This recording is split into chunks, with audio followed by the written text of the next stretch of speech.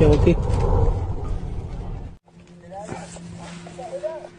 اینی قسمت از این لبخند از این مرد یک کشته بیخی شخوند که او کلاغونه ایره مچم شما میفهمین معنای لبخند یا نه.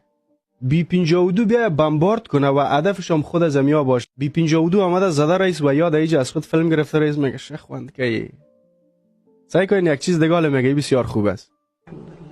اسکاپ شد پولسالی بنی انشالله شر تجربه فتح است. در حالی که از طریق هوا و زمین حمله بالایشان شده، اما میگه این ولسوالی بخیر زود جر در جر فتح شي. ایمان سیل کنین شما.